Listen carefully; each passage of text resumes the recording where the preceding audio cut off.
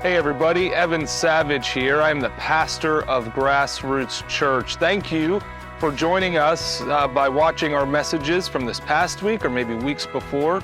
We are glad that you're taking time out of your week to learn, to engage with our church from an online point of view. We would love for you to join us on Sunday mornings for tangible community worship and of course some messages as well. And if that interests you, we would love for you to join us at 10 a.m. on Sunday mornings. Thank you again, and I hope that this message is edifying to your spirit.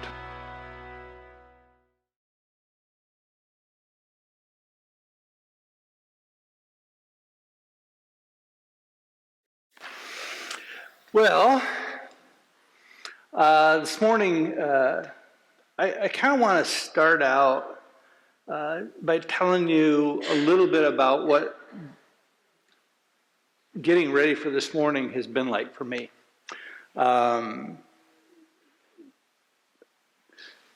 3 weeks ago, so our teaching team meets and we kind of lay out assignments and stuff. And so I guess probably 4 weeks ago, I'm like, okay, so I'll take these parables and I'll talk about these. That'll be fun.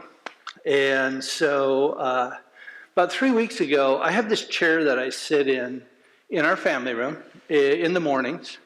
And I'm sitting in there and I'm doing a little bit of studying, talking to God and stuff. And all of a sudden, I read through these parables and my brain just comes alive. And I'm like, oh, this is awesome. And I start seeing all these connections between the parables and things that God said in the Old Testament and our culture, the culture then, our culture now. And I'm like, oh, this is great. And I'm just writing. And I literally, in an hour, I'm like, I have the outline for the message. This is awesome. I told Liz, I said, this is crazy, but we're 3 weeks away, and I've got an outline, and I've never been this ready. And this is cool. This is so cool. Yay, God, you know. And then, about a week and a half ago, through some conversations that I was having and through some experiences that I had and some reading that I was doing that had absolutely nothing to do with the parables, I started to get this weird sense that I was barking up the wrong tree. And I was back in my chair, sitting in the corner of the family room, and talking to God, and I felt like God was saying, Creig, that's not what I want you to say. And it's not that what you have down is wrong. It's just that I think you're probably more excited about what you have to say than what I actually have to say in the parables. Let's do this together. And I'm like, whoa, wait a minute. And so, needless to say, there were some emotions that went with that because I thought I was ready to go. And the first one was resistance because that's just my natural thing. I mean, I always push back first. It's just what I do. And I'm like, yeah, but God, didn't you, we were sitting in this chair, didn't you give me all that information? And he's like, yeah, I did. But here's the deal, that's only half the story. And then I start to feel a little bit convicted about this. I'm like, so what are you saying here? And what you guys probably don't know about me is that I have a pattern in my life. And the pattern in my life is that if God shows me a little something, or I get a glimpse of something that I think is from God, man, I am off and running. I mean, I got it, and I'm like, whew, here we go. Oh, this is awesome. Only to find that I get way, way out here ahead, and I turn around, and I'm like, where's God? Wasn't this your idea? What? So this is a pattern in me. And so I'm sitting there, and then the next emotion that really comes over me is this sense of appreciation and encouragement. And it was like God was saying, Creig, I'm going to give you another chance. I've given you lots of chances before. I'm going to keep giving you a chance. I'm going to give you another chance. I'm offering another opportunity for you to do this with me. Bring me along. There's things that I have that I want to say. Let's do it together. I'm like, wow. Okay. So this morning, what I'm quite certain of is that God is present with us. I really believe that. And I'm also quite certain that he has something that he wants to say to each of us. And so I want to give him a chance to speak. And he's given me some things to say too. So as we typically start the morning, I want to start with prayer. But I want to encourage us to pray expectantly. Literally expect that God has something to say to you this morning. And that he will whisper it to you. And we're going to trust that he'll do that. Because I really believe he's in our midst. So let's open with prayer. Father, we thank you. We thank you for your presence with us. And I pray, God, that as we're in this room together, that you would open our eyes and our ears to what it is we're supposed to see and hear from you. And Father, what we do not know, teach us. What we do not have, give us. And what we are not, gently make us. In your name, Jesus, amen. So this morning, what I want to do first, when we get started, is we're going to read through. There's basically three passages of Scripture that we're going to go through this morning. One of them is the parable of the wheat and the weeds. And like last week, Jesus actually explains the parable a little later on. So we're going to read that. And then he kind of reinforces that parable with another parable that he tells just to the disciples. And we're going to read that. And what we're going to do is we're going to read each of them together. And after each one, I'm just going to pause for a little bit. And I want, as I'm reading this and as you're listening and kind of following up there, if there's a phrase or a word or something that jumps out at you, I want you to pay attention to that. You may even want to write it down, scribble it on a piece of paper, or jot it on your phone. If you get your phone out and jot something down, you're not going to make me feel bad. But make note of it, because he may be trying to get your attention on something. Okay? So, I want you to listen for words that might be encouraging. I want you to listen for words that might be troubling. Listen for words that might be confusing. Whatever. Just pay attention if there's something that stands out. Okay? So let's go ahead and get started. And we're going to start by reading. And these parables are found, all of this stuff that we're going to be talking about is found in Matthew 13. And so we'll start with the parable of the wheat and the weeds. And so let me read this, and you guys can follow along on the screen or open your Bible to it. It starts in Matthew chapter 13, verse 24. So Jesus is talking to a mass of people right now. And he says this. He presented another parable to them. The kingdom of heaven may be compared to a man who sowed good seed in his field. But while people were sleeping, his enemy came, sowed weeds among the wheat, and left. When the plants sprouted and produced grain, then the weeds also appeared. The landowner's servants came to him and said, Master, didn't you sow good seed in your field? Then where did the weeds come from? An enemy did this, he told them. So do you want us to go and pull them up? The servants asked him. No, he said. When you pull up the weeds, you might uproot the wheat with them. Let them both grow together until harvest. At harvest time, I'll tell the reapers, gather the weeds first and tie them in bundles to burn them, but collect the wheat in my barn. So I just want to sit for a second, let you guys sit with that. And if there's anything that stood out to you, just make a note of it.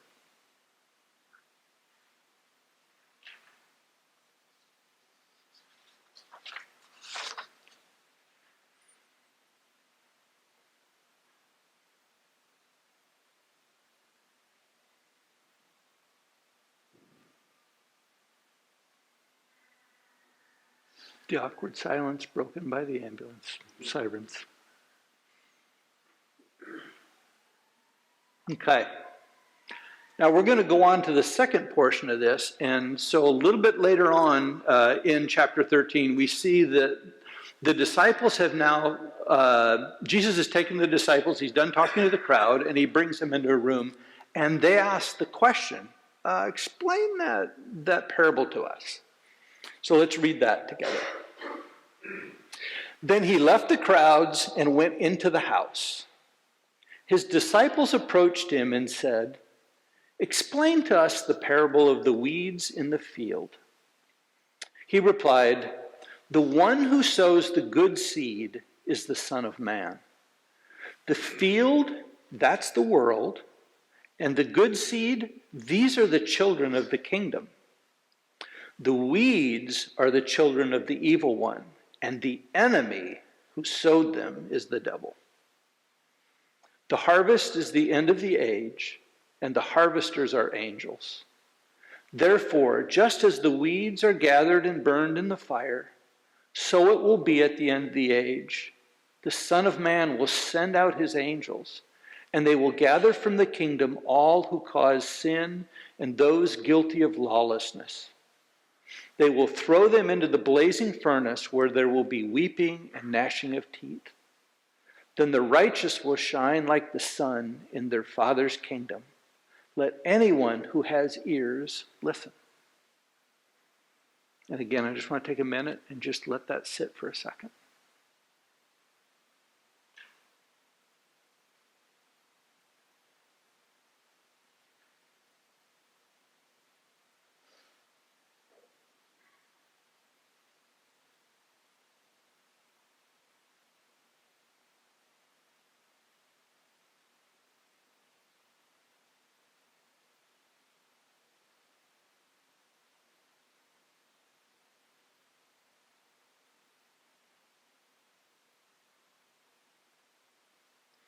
Okay, then he follows up this parable with a second parable that he tells just to his disciples.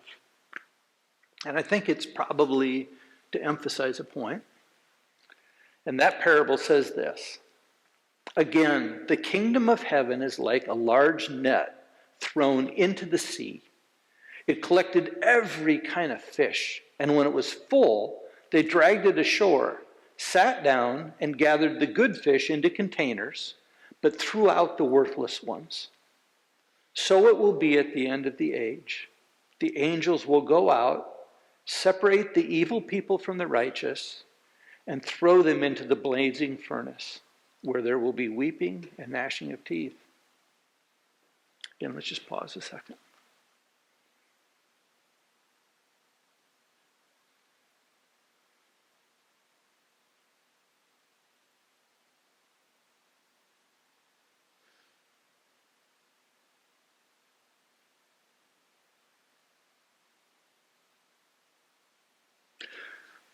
Now, I've got a couple of things that I want to say about these parables, but I want to be really, really careful to say, I don't want my words to overshadow anything that God is prompting in your spirit around this, okay?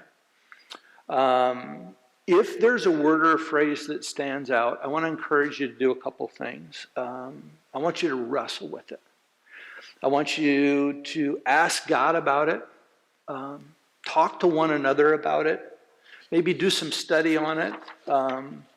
Man, if you want to talk to me, I would love to talk to you about it. I would love to sit down and hear what God is stirring in you. Just know that is available.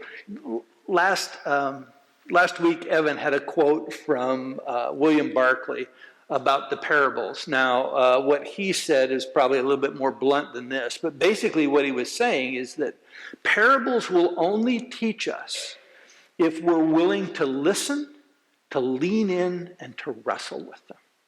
We actually have to engage in them in order to make that happen. So I just want to encourage you, wrestle with it.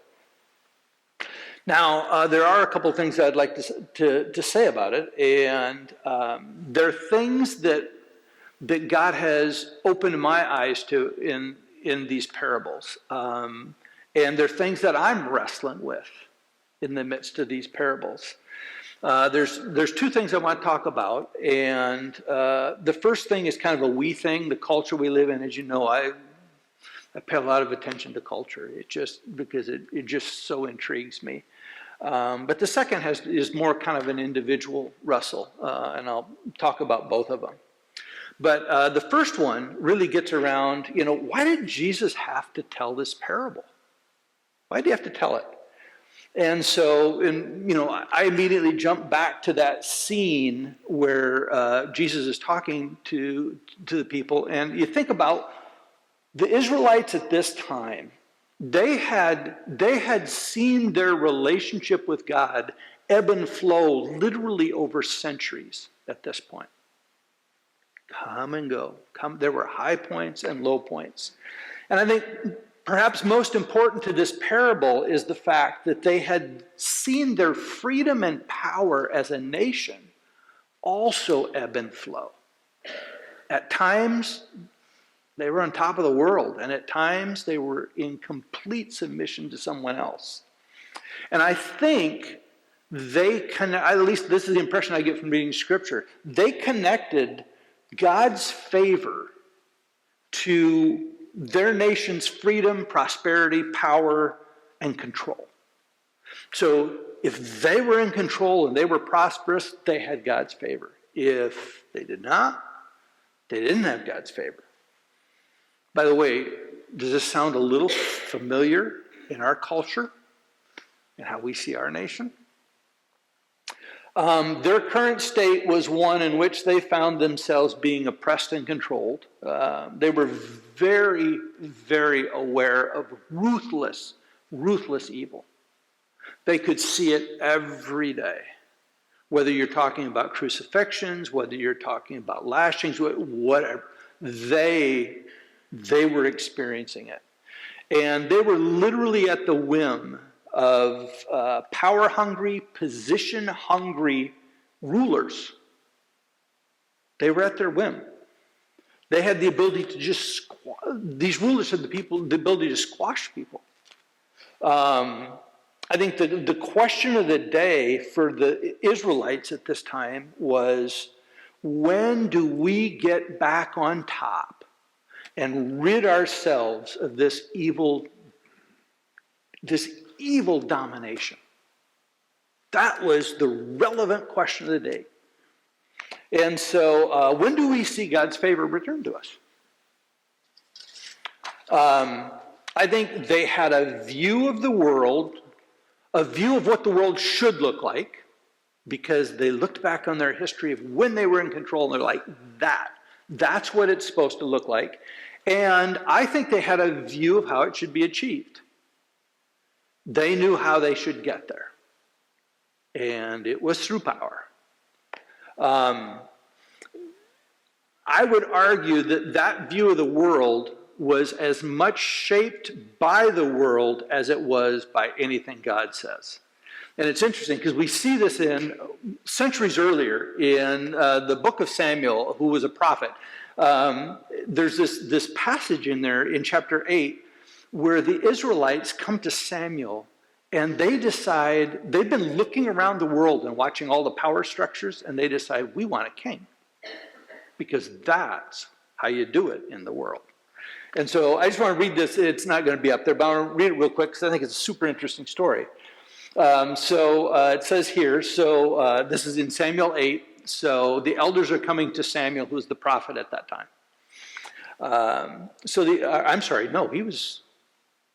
He was the priest.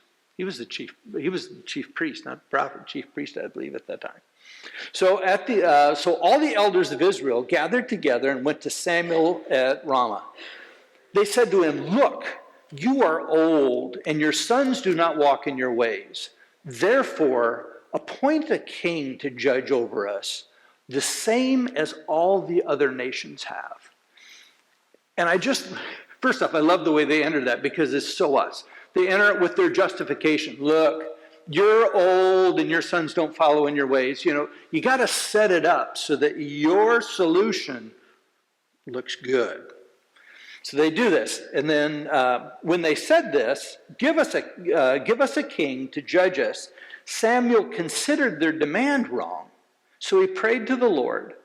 But the Lord told him, "Listen to the people and everything they say to you. They have not rejected you. They have rejected me as their king.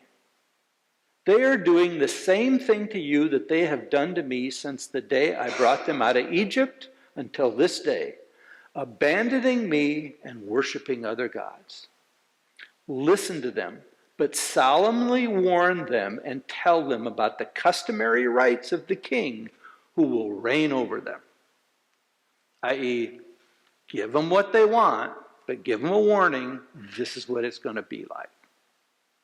And if you want to finish reading that in Samuel 8, it's quite interesting.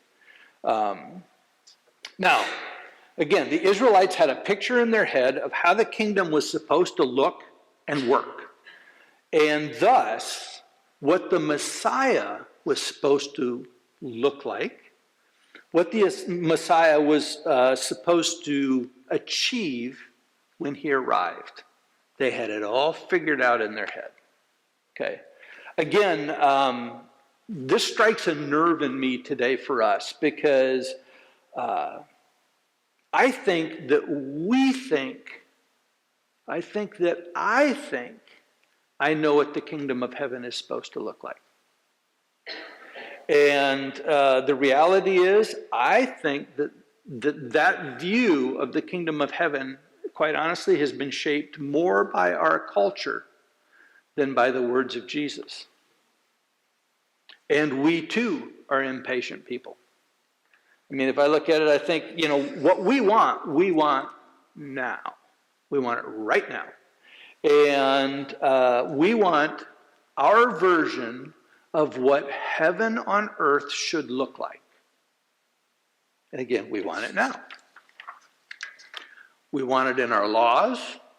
We want it in our cultural norms. We want it in the things that we think we should have or deserve. I would say we even want it in our church. We want it in the look and the feel of the church that we want. We want heaven on earth now. And I would also argue that creating that version of heaven on earth is our top agenda.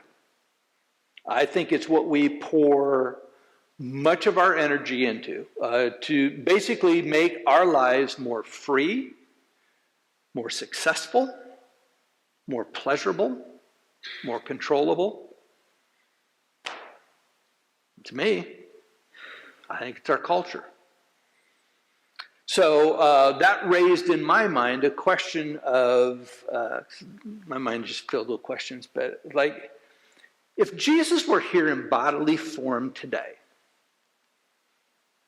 we trust he's here in spirit, but if he was here in bodily form, would he need to tell us this parable? And I think the answer is yes. He would still need to tell us this parable. And even, I think, with everything we know, I mean, at the time, the Israelites had not seen Jesus rise from the dead. We have. They had not seen the creation of the church. We have. There's a whole bunch of stuff they had not experienced, but we had. And I would still argue that he would need to tell us this parable if he was sitting right here today. I think that's because it pushes back on more than culture. This parable pushes back on human nature, which is the reason we have to wrestle with it. It's still relevant. I think our questions may be different today than theirs were then, but it's still relevant. The second wrestle with this parable for me was maybe a little more personal, but it's more individual, I would say. I have a very, very heavy pragmatic side to me, and so I constantly have three questions that loom in my head when I'm thinking about God. I'm not saying they're good questions at all. I'm just saying they're questions that loom in my head. And that is, one is, God, do you see me in my situation? Do you see me? Do you see what I'm facing? And then the second one is always, okay, so then what's the plan? What's the plan? And the last one is typically, okay, but what's the next step I got? What do I do next? What do I got to take? What's the next step? And again, I'm not saying these are great questions, but they just circle in my head. And so I feel like these parables to me answered some of those. You know, I felt like God was saying in these parables to me, yep, I see you. I know there's evil in the world, and beyond that, I even know where it comes from. Now, that was very interesting in the first parable where he talks about the enemy is the devil. I know, I see it, and I know where it comes from, Creig. You're not alone. The next one is, so what's the plan? And I feel like he kind of answers that question. He says, I will judge the evil and will deal with that evil. You don't have to. Yeah, but no, you don't have to. And the last one is part of that plan, I guess I would say, before I get into the last question, is I will handle it in the right way at the right time. And by the way, Creig, I even tell you in here when I will do it and how I will do it. So the whole plan is there. Now, this last question of what do I do next, that one's a little bit more foggy, but I think it's very, very interesting that he's like, yeah, well, what's supposed to happen next? I'm going to partially answer that question for you. And what I'm going to tell you is what you're not supposed to do. What you're not supposed to do is go pull the weeds. Don't uproot the weeds, because it could mess with and hurt the wheat. And for me, that was extremely convicting, because I'm like, oh God, but you know what I'm really good at? I'm really, really good at judging. I am really, really good at casting people aside. I do that with ease. I do that with immense ease. And I had to wrestle with that. Go, wow. The thing that I find myself doing in my head, and all too often comes all the way out of me, is the very thing he's like saying, no, don't do that. I'll take care of that. I'll take care of that in the end. So what is he offering us then? What is the next step we're supposed to take? And I think what he's offering us is far better than words of instruction. Far better than words of instruction. I think he's offering us the invitation to follow him. I think he's saying to us, talk to me. Study my words. Let them speak to you. Walk with my people. Walk together. Trust my presence. I really am here. You know, it's funny, at the end of Matthew, because we're in Matthew 13 right now, but you jump to the end of Matthew, we have what we call the Great Commission. It's, in Matthew 28. But his last words were to his disciples, and remember, I am with you always To the end of the age. I'm like, that's the same phrase that's used in the parable. To the end of the age. So I think the invitation to us today that I think God is giving us through these parables is, follow me. I'll show you. I won't just tell you. I'll show you. And the part that was really stirring to me was, we'll do this together. We'll do this together.